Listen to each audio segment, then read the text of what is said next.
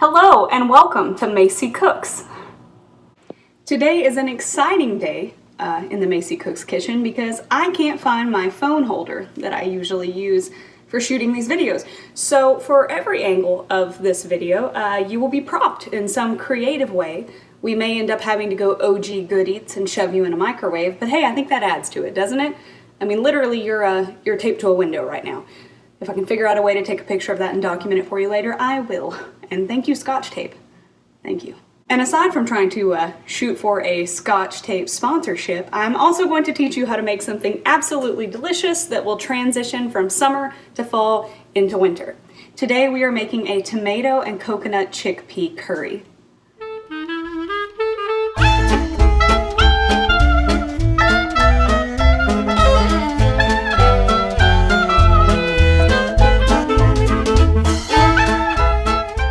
My favorite thing about this recipe, aside from just how delicious and addictive it is that it can be vegetarian, vegan, or you can thicken it up with some meat of your choosing. Now, I've had it with fish and I absolutely loved it, but I think it would do well with chicken also. Thank you for your patience and hanging in there with the weird angles, and without further ado, let's get cooking. We are going very old school today. I'm just straight up holding this, so bear with my shaky hands. We're going to start with 3 large tomatoes quartered, or 4 small tomatoes quartered, 1 large white onion thinly sliced. Next up, you're going to need 1 pound of garbanzo or chickpeas. These were dried, so I soaked them overnight in water. If you're using dried peas, you always want to soak them. By soaking the peas, you're gonna get a lot smoother, richer, and soft texture on the inside. Also important to add, you could use canned chickpeas or garbanzo beans. Just make sure to rinse them first.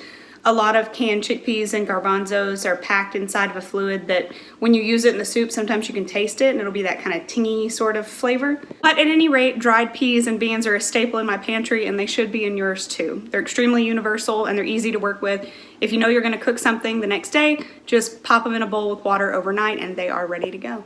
Next up to the party, I have got a mortar and pestle filled with 1 jalapeno seeded, 3 garlic cloves, and about a tablespoon of ginger paste. Now, ideally this would be fresh ginger, however, they were out at the store, which was very bizarre, so alas, we are using ginger paste. Then in the spice department, I have got about a teaspoon of turmeric, a tablespoon of curry powder, and about a tablespoon of chili powder. The last ingredients we will be using today will be some general kosher salt, a can of coconut milk, lime, and a bushel of cilantro. But those aren't coming in until later, so hang tight, okay? Be patient. We are going to start by adding a very liberal pour of some good olive oil to a heavy-bottomed Dutch oven. That's right, heavy-bottomed. It's the only way to go. Then, to that same heavy-bottomed Dutch oven, we're going to add that large onion and tomatoes while we're waiting on the heat to get distributed to the tomatoes and onions and for them to start to cook. Now, we're not looking for a full brown. Don't worry, I'll show you. But anyway, while we're waiting on that, we're going to go ahead and pulverize our paste. This paste is really going to be the huge workhorse of this recipe. This is where the most flavor will be coming from, and I can assure you that it will be delicious. One note is if you're not looking for something spicy, you can omit the jalapeno, or if you're wanting it hotter, you can leave the seeds in. I went ahead and seeded mine because the girls are going to be eating it. You can also sub for like a Serrano, an Anaheim, any type of chili will work. But the main thing you want to do is make sure that you get this paste nice and smooth. This is going to be an issue. All right, let me prop you up. Hold on.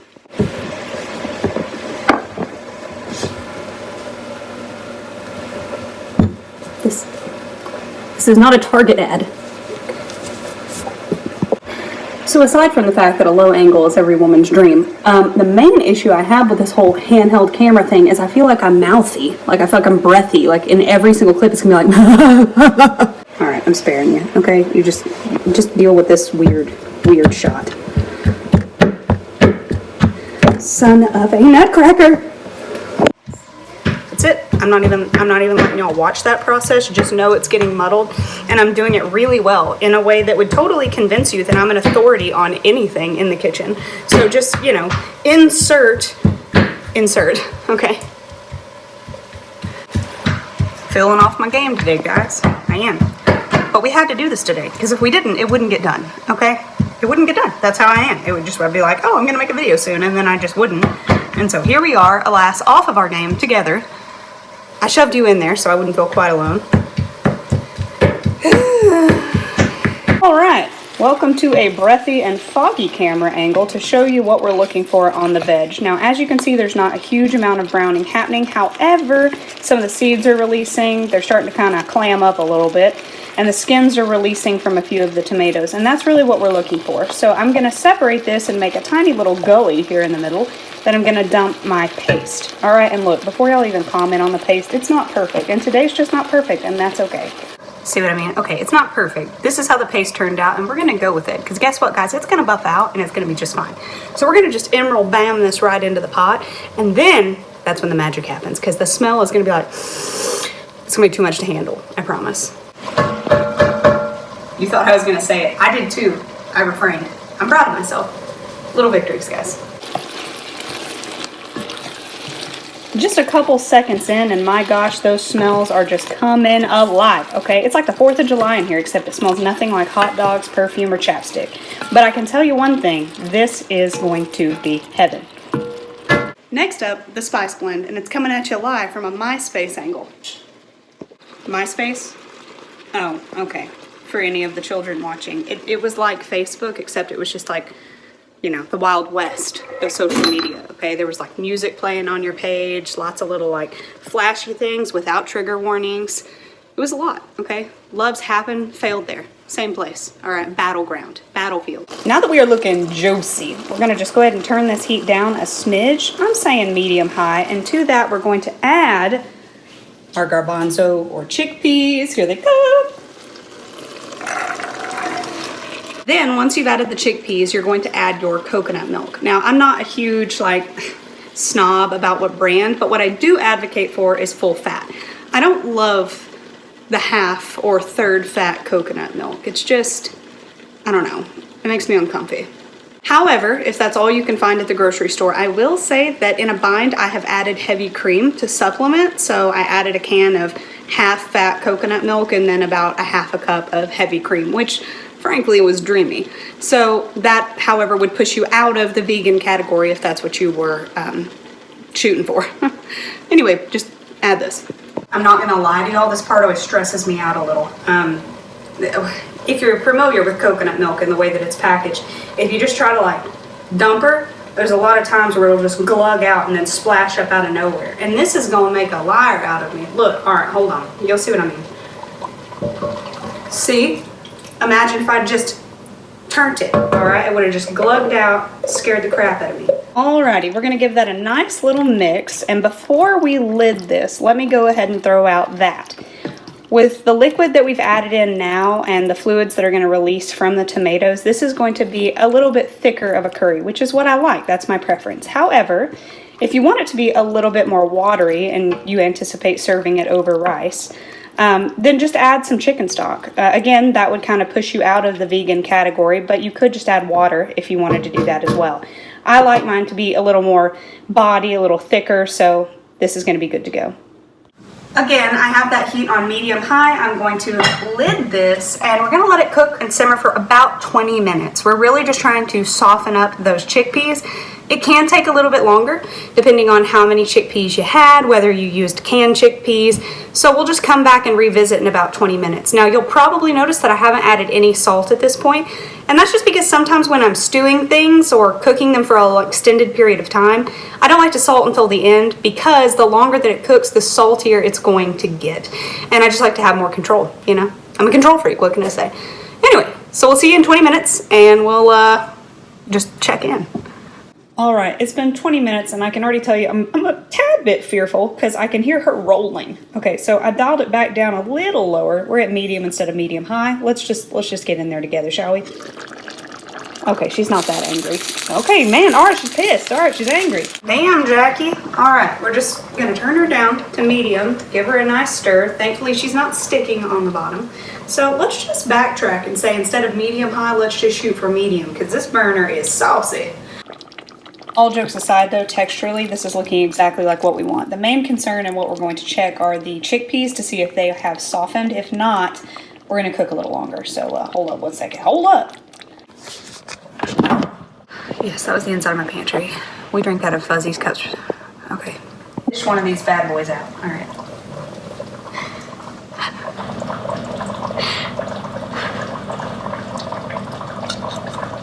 She hard. But my gosh, is the juice delicious.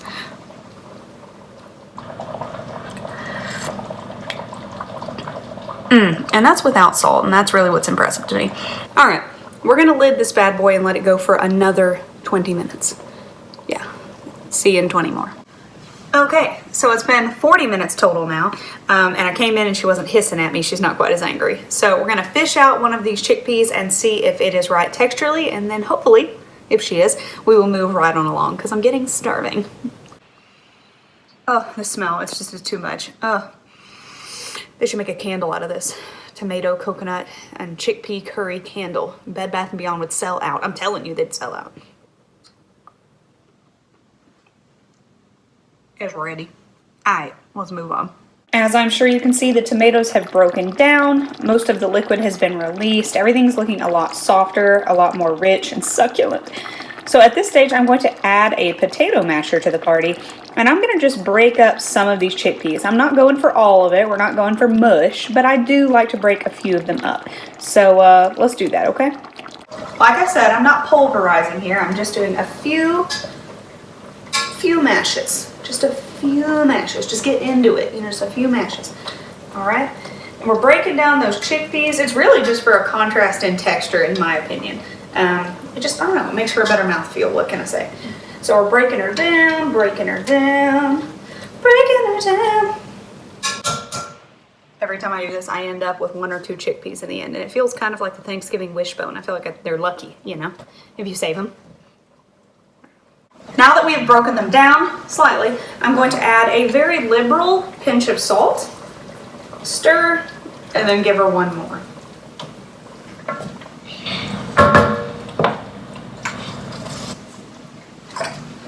All right, before we plate up, I'm going to pinch off a couple handfuls of fresh cilantro, and then I am going to mince them up very carefully because we just sharpened our knives and they are like cut a finger off sharp. I'm also going to, at this stage, slice some lime.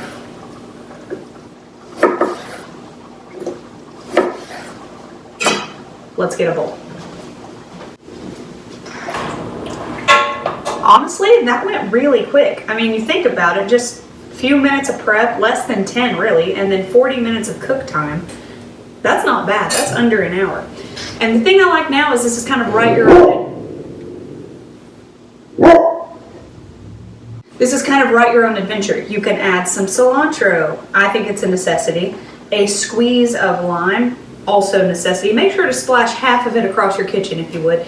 And then, you know, add a little salt if you're salty. You could add some some fresh cracked pepper or some cayenne if you're really wanting to heat it up a little more. Then get yourself a spoon and get after it. Guys, I don't think I could be more excited than I am right now. Now, the best thing about this meal, aside from the fact that it comes together so quickly and it's so delicious and warms you from the inside out, and that you can get creative and add protein if you want to, and even keep it vegan, is that you can add rice too. And any dish that you can add rice to, I'm a fan.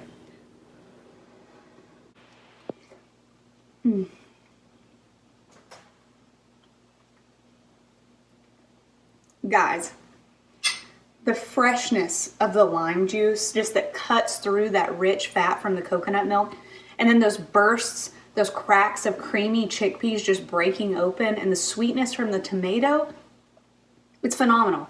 In my opinion, it is a perfect meal. I could eat it every day. I'd like to. I might start doing it, who knows. I mean it. It's delicious by itself. It would be great on rice. If you've never made a curry, this would be a really great way to break into it. It's easy, it's simple, and I have a feeling that once you make it, you'll realize how much you love curry, and it will become a staple in your household as well. Thanks so much for watching. Hope that you break it out and try this recipe in your kitchen, and thanks again for the patience with the camera angles. As always, I have enjoyed it. Get baking, y'all.